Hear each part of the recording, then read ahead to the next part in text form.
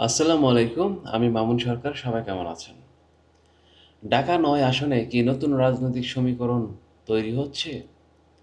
একদিনে প্রায় ৩,০০০ ভোটারের স্বাক্ষর স্বতন্ত্র প্রার্থী তাসনিম জারা এই উদ্যোগে এখন পুরো রাজনৈতিক অঙ্গনে আলোচনার কেন্দ্রবিন্দুতে চলে এসেছেন।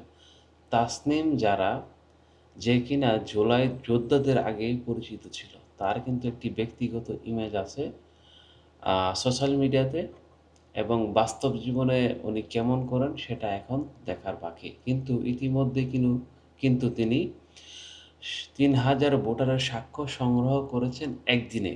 এটা কিন্তু একটি মাইলফলক অর্জন।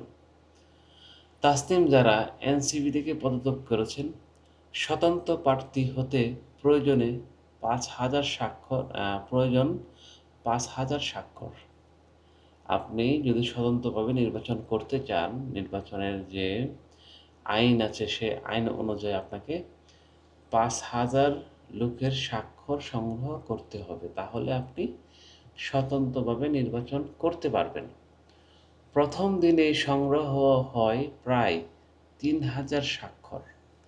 এলাকা খিলগাঁও ও সবুজবাগ ও মুগদা। ফরম পূরণের নিয়ম: ভুল হলে ফরম বাতিল হতে পারে। যদি একজন সদস্যের তথ্য ভুল হয়, যারা স্বাক্ষর করেছেন, তাহলে কিন্তু সেই ফরম বাতিল হতে পারে।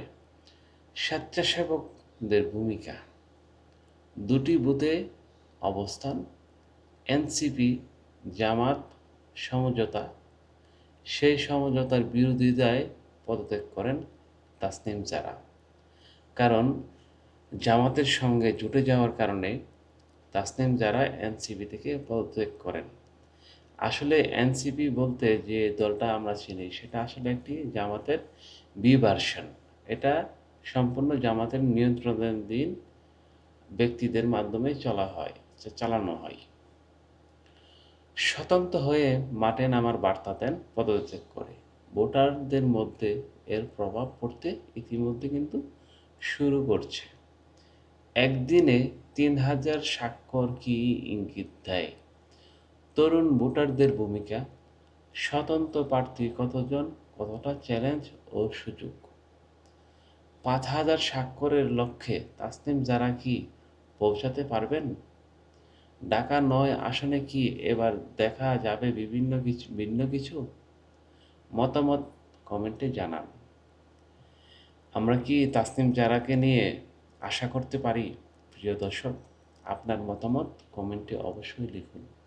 কারণ তাসনিম জারার মতো একজন একজন মেধাবী রাজনীতিবিদ তৈরি হোক আমরা চাই।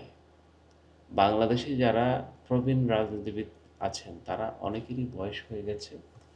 কিন্তু নতুনদের রাজনীতি করার সুযোগ দিতে হবে। ইতিমধ্যে বিএনপি সেই ব্যবস্থা নিয়েছে। তরুণদের রাজনীতিতে তরুণদেরকে রাজনীতিতে আনার চেষ্টা করছে বিএনপি। তো এটার জন্য বিএনপিকে ধন্যবাদ এবং জামাত ইসলামকে ধন্যবাদ। তারাও তরুণদেরকে নিয়ে রাজনীতি করার চেষ্টা করছে। কারণ আগামী দিনে তরুণরাই তো রাজনীতি করবে, বাংলাদেশকে দিক নির্দেশনা দেবে। একদিনে ৩,০০০ ভোটারের স্বাক্ষর, ঢাকা-৯ আসনের নতুন চমক, স্বতন্ত্র প্রার্থী তাসনিম জারা। সবাই পাশে থেকে ওনাকে জয়যুক্ত করুন। ধন্যবাদ সবাইকে। ভালো থাকবেন। ভালো লাগলে চ্যানেলটি সাবস্ক্রাইব করুন। আল্লাহ হাফেজ।